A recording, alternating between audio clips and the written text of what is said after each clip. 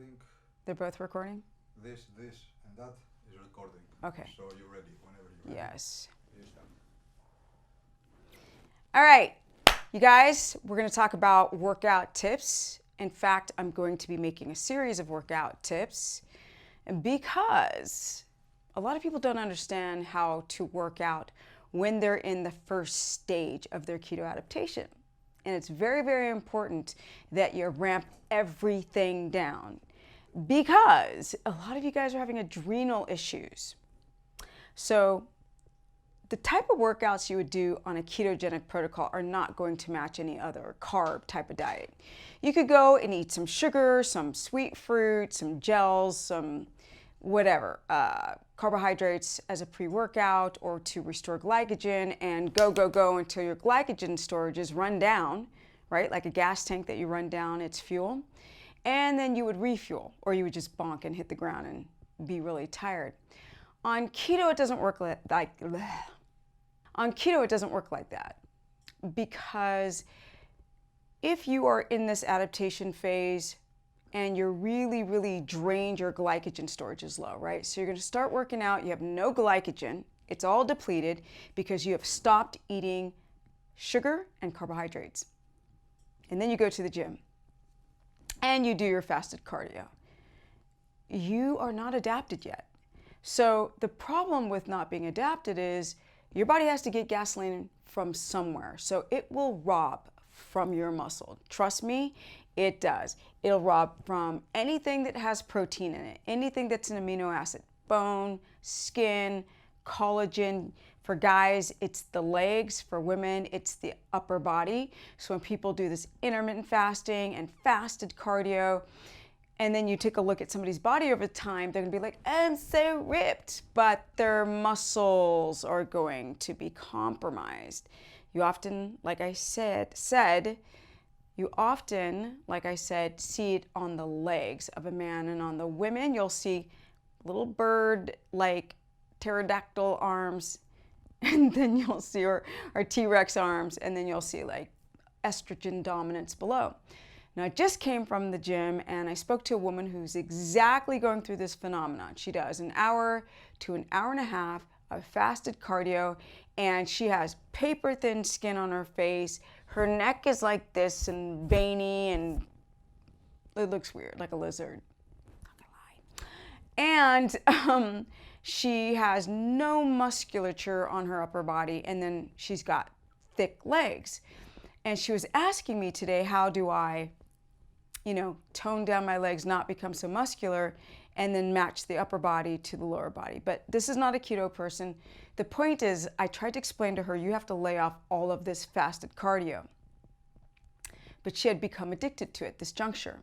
You could see that her body fat percentage was still high, she just didn't have the muscularity. And this concept works the same with anyone doing low carb, keto, omnivore, or keto carnivore. So if you are trying to drive ketosis in the omnivore and carnivore side of keto, you have to get those fats really high.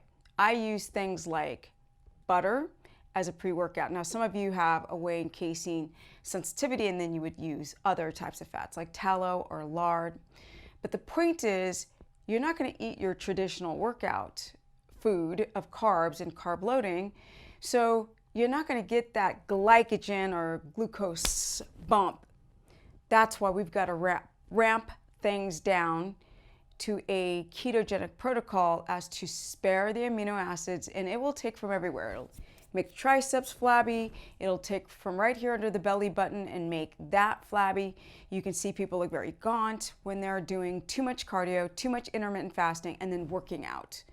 So I propose for you guys to do pre-workout of fat at least an hour before, but it would be optimal to eat hours, 3 or 4 hours before you actually hit a workout.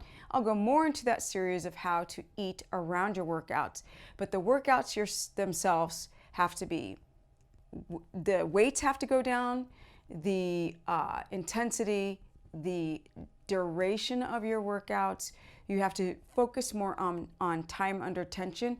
And again, I will go through this in a series of videos, how to actually do time under tension and slow down the movement in the negative, my brain is getting tired and I'm over talking and you're not giving me the time. What? How long have I been talking? Oh. Yeah. Not 5:26. yeah. Minus the cuts. Yes, okay. So I'll wrap this up. Essentially, you want to ramp down those workouts. You want to ramp down the weight itself. You want to ramp down the duration and the intensity of your workouts. You want to take nice breaks as to get that blood pressure down. And if you actually use a glucometer, you will see that if your blood pressure is up, your blood sugar tends to be up. If your blood sugar is up, those ketones drop or they become unviable. So we ramp everything down. It doesn't matter if you're a power lifter, if you're a CrossFitter, if you're yoga, Pilates, if you do standard resistance training, body weight training, calisthenics, doesn't matter. Everything has to be ramped down. And most people actually have a hard time getting to the gym.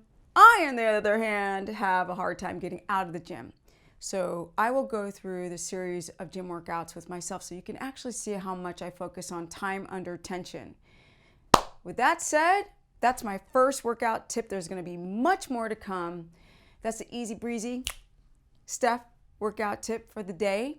And you can also go to Stephanie Ketogenic to find more information and workouts on my Instagram, Stephanie the Business Person on my Facebook fan page, and stephanieperson.com for consultations or to join my keto course group, which also covers carnivore and low carb, high fat, because not one fits all.